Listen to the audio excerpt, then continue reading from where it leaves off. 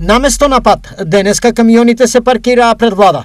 Со ова камионџиите, членови на независниот синдикат на професионални возачи, побараа итна средба со ресорните министри за, како што велат, конечно решавање на децениски напластените проблеми, меѓу кои се најпрво со огромните колони, застои по граничните премини. Сите гранични премини работа со огромен застарен систем кој што се уште од 80-тите години, застарен систем на вагите кој што веќе секојдневно се расипуваат.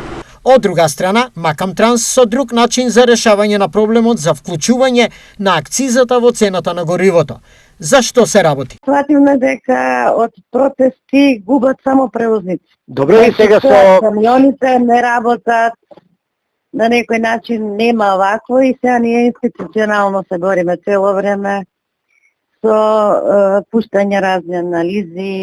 Од Макам Транс не попуштаат. Тврдат ке ги искористат сите правни институционални лекови за да го добијат она што години наназад го бараат и сметаат дека е вистинско решение за нивниот проблем.